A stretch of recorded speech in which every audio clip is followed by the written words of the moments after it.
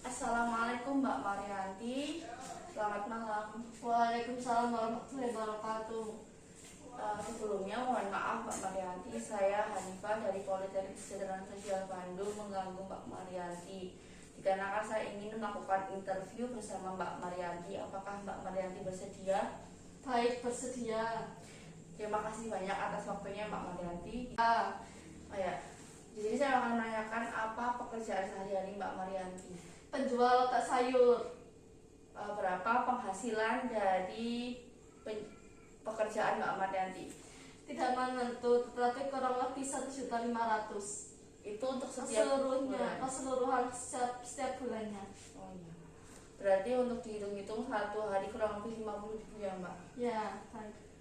Kemudian bagaimana cara Mbak Marianti memenuhi kebutuhan sehari-hari yang dirasa kurang dari penghasilan yang Mbak Marianti dapatkan?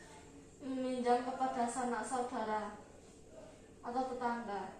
Kemudian bagaimana cara membayarnya Mbak?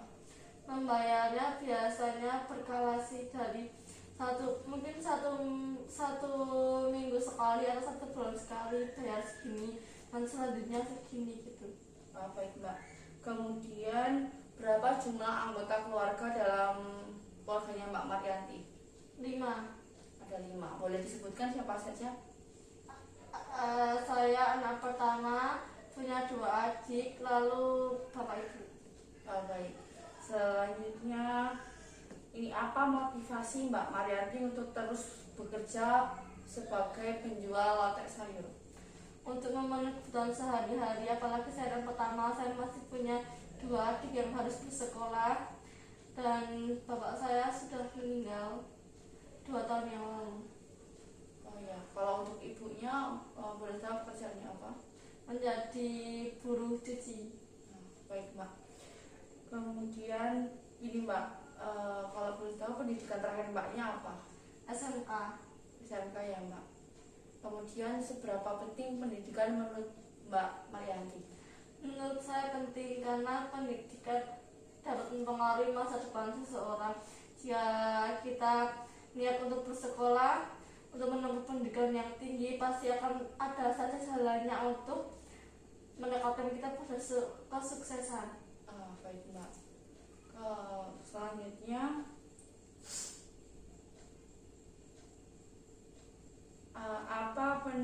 bagaimana proses belajar yang Mbak Marianti laksanakan ketika di pendidikan formal dulu? Saya dapat bersekolah sampai SMK karena saya mendapatkan beasiswa dan mendapatkan kartu KIP itu. Oh iya.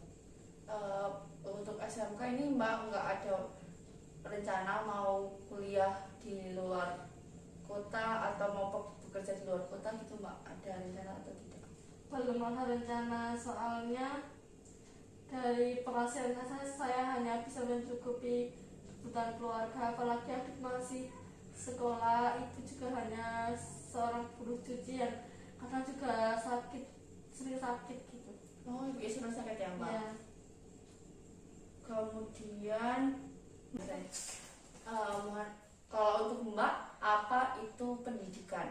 Pendidikan adalah sebuah lembaga yang membuat kita berproses menjadi lebih dewasa, mengerti mana hal baik, mana yang buruk, mana yang positif, mana yang negatif, mana yang harus kita jalankan, menjadi sosok yang pribadi yang berakhlak dan berbudi pekerti luhur, berwawasan luas dan bermanfaat bagi sekitarnya. Kemudian, bagaimana cara Mbak memenuhi kebutuhan sehari-hari seperti makan dan minum? Apakah dekat dengan pasar atau sumber airnya juga mencukupi? Kalau di sini sumber air berkurang juga, soalnya kadang kekeringan, kekurangan air karena kan saya di pelosok. Untuk memenuhi kebutuhannya saya ke pasar juga jauh, harus nebeng orang dulu sampai ke terminal kecil lah ya, terminal kecil di desa kan, saya naik angkot dari situ sampai pasar. Baik Mbak. Sampai pasar ada sekitar 45 menitan. Kemudian, apa yang Mbak lakukan di saat kebutuhan pokok mengalami kelangkaan? Alhamdulillah saya tuh terdapat kebun juga, itu tuh kebun dari warga. Jadi di situ saya bisa mengambil ketela singkong, itu saya kadang ngambil di situ. Itu tetangga memperbolehkan ketika emang saya tidak ada kebutuhan pokok yang mencukupi, mereka menyuruh saya untuk mengambil di situ. Jadi saya masak pakai tela gitu, makannya pakai singkong tela. Berarti menggunakan bahan-bahan yang ada di daerah sekitar rumah ya Pak. Kadang juga tetangga memberi sedikit makanan gitu. Oh, baik Mbak.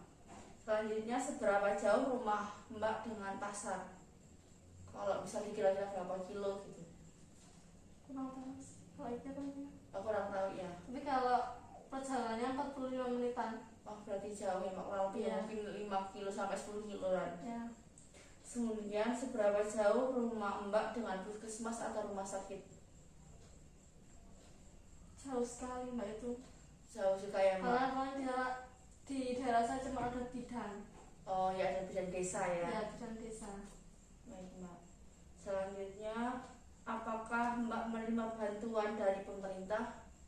Ya, Untuk bantuannya apa saja yang Mbak terima dari pemerintah? bantuan untuk pendidikan itu, sama kadang juga ada bahan makanan pokok gitu. Oh ini ya, PKH ini ya Mbak, Iya. teman-teman. PKH sama bantuan non tunai. Ya, Selanjutnya, berapa kendaraan yang Mbak miliki? tidak memiliki. Oh, tidak memiliki kendaraan, berarti untuk transportasi biasa menggunakan angkot atau Iya. kendaraan dari keluarga ya? Ini Tadinya, dari tetangga. ya, tadinya saya memiliki motor, tapi setelah meninggal akhirnya dijual untuk membantu memenuhi kebutuhan sehari-hari. Ya, baik Mbak. Menurut saya sudah cukup. Terima kasih Mbak atas waktunya yang telah diberikan. Semoga dengan adanya interview ini kita bisa menjalin silaturahmi antara saya dengan Mbak. Kemudian untuk lain waktu mungkin kita bisa berbincang-bincang lagi ya Mbak. Mohon maaf atas kesalahan kata yang telah saya ucapkan. Semoga interview ini bisa bermanfaat untuk kita semua. Sekian dari saya. Wassalamualaikum warahmatullahi wabarakatuh. Waalaikumsalam warahmatullahi wabarakatuh.